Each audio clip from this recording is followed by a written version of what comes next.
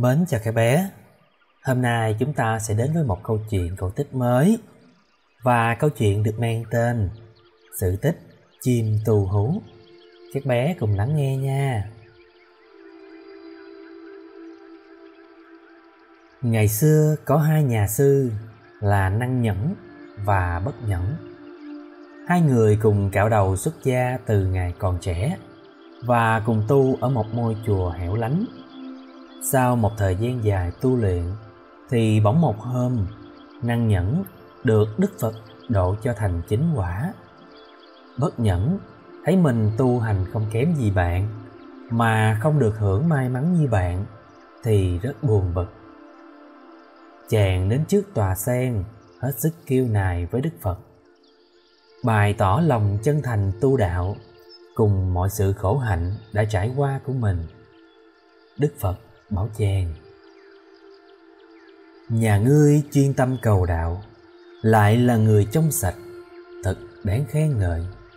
Nhưng tính tình nhà ngươi vẫn như con trâu chưa thuần, chưa thể đắc đạo được. Vậy hãy cố gắng tỏ rõ tấm lòng nhẫn nhục trong một cuộc khổ hạnh trường kỳ, rồi sẽ theo bạn cũng chưa muộn. Bất Nhẫn nghe lời, bèn lên núi chọn một gốc cây bắt chước người xưa, ngồi xếp bằng tu theo lối Trường Định. Chàng cương quyết ngồi im lặng như thế mãi trong 3 năm, dù có phải thế nào cũng không chịu dậy. Và từ hôm đó, Bất Nhẫn như một vật vô tri vô giác. Những con sâu kiến bò khắp mình chàng, những con thú cà vào thân của chàng, những con chim ỉa phạt lên đầu của chàng đều không hề bận tâm. Chàng chỉ một mực tâm tâm niệm niệm nghĩa lý cao thâm của nhà Phật. Cứ như thế, trải qua 2 mùa hè và sắp sửa qua một mùa hè thứ 3 là kết thúc cuộc tu luyện. Một hôm, tự dưng có 2 vợ chồng con chim chích ở đâu đến làm tổ ngay trong vành tai của Bất Nhẫn.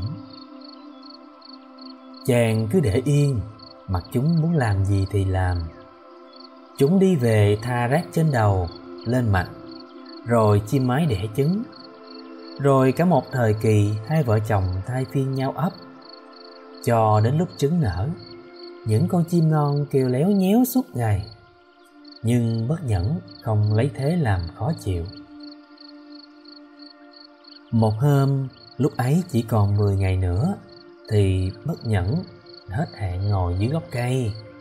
Hôm đó, đến lượt con chim vợ đi tìm thức ăn cho con. Suốt một buổi chiều nó vẫn không kiếm được một chút gì. Mãi đến gần tối, lúc lượn qua một cái hồ, chim vợ mới thấy một con nhện đang giăng tơ trong một đóa hoa sen. Nhện nhát thấy chim, liền ẩn mình vào giữa những cánh hoa, làm cho chim mất công tìm mãi. Không ngờ hoa sen vừa tắt ánh mặt trời đã cụp ngay cánh lại, nhốt chim vào bên trong. Chim cố công tìm lối chui ra, nhưng những cánh hoa vây bọc dày quá, đành phải chịu nằm lại đó. Lúc đó ở nhà, chim chồng hết bay đi kiếm vợ lại trở về. Đàn con đói mồi nháo nhét suốt đêm, mãi đến sáng mai, chờ lúc hoa nở, chim vợ mới thoát được bay về tổ. Một cuộc cãi lộn nổ ra bên tai Bất Nhẫn. Ghen vợ, chim chồng mắng nhiếc vợ hết lời. Nhưng chim vợ vẫn hết sức bày tỏ nỗi lòng trinh bạch của mình. Cuộc đấu khẩu kéo dài suốt cả buổi sáng và chưa có cơ chấm dứt. Bất Nhẫn rất khó chịu. Thêm vào đó, đàn con khóc đói chíu chít, điếc cả tai. Nghe lúc vợ chồng chim cãi vã đến chỗ găng nhất, Bất Nhẫn bỏ tay lên tai, giật cái tổ chim vứt mạnh xuống đất và nói: đồ khốn, chỉ có mỗi một chuyện đó mà chúng mày làm điếc tai ông từ sáng đến giờ. Thế là công sức tu luyện của Bất Nhẫn sắp hoàn thành. thốt nhiên vứt bỏ trong chốc lát. Nhưng Bất Nhẫn vẫn không nản chí. Trước tòa sen, chàng hứa sẽ kiếm cách tỏ rõ sự hối lỗi của mình. Chàng tìm đến một khúc sông chảy xiết, tình nguyện làm người chèo đò đưa khách bộ hành quá gian mà không lấy tiền. Chàng quyết chở cho đến người thứ 100 thì mới chịu nghỉ tay. Lần này Bất Nhẫn tỏ ra là một người rất nhẫn nại. Tuy bến sông thường vắng khách, chàng vẫn không chịu bỏ dở công việc. Luôn trong 2 năm, chàng chở được 98 người mà không xảy ra việc gì. Một hôm, vào khoảng giữa thu, nước sông tự nhiên tràn về chảy xiết hơn mọi ngày. Trời bỗng đổ một trận mưa lớn. Giữa lúc đó, có một người đàn bà dắt một em bé đòi qua sông. Người nọ có vẻ làm vợ một viên quan sở tại. Chưa bước xuống thuyền đã dọa Bất Nhẫn: "Chú nhớ chèo cho vững nghe không? Che mui cho kín. Nếu để cho chúng ta mà ướt á, thì liệu chừng kiểu rồi nó quắn đít đấy nghe chưa?" Nghe nói thế, Bất Nhẫn đã hơi bực, nhưng chàng nín được và vẫn giữ vẻ mặt tươi cười đáp: "Bà và cậu đừng sợ gì cả, tôi xin cố sức." Rồi chàng vận dụng hết tài nghệ để đưa hai mẹ con nhà nọ qua bên kia sông được vô sự.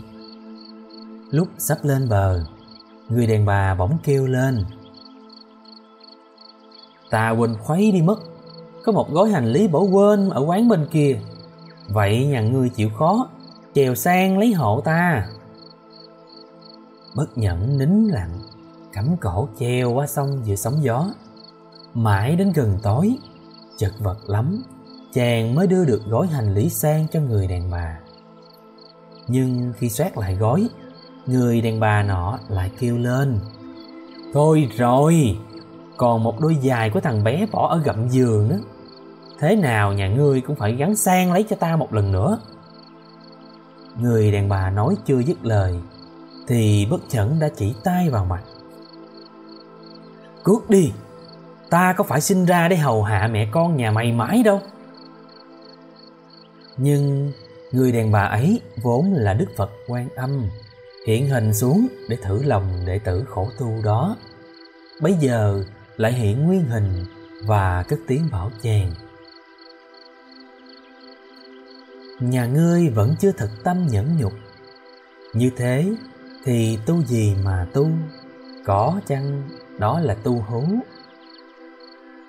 Bất Nhẫn thẹn quá đành cúi đầu nhận lỗi. Phật Bà Quan Âm sau đó bắt Bất Nhẫn hóa thành một giống chim mà người đời sau quen gọi là chim tu hú.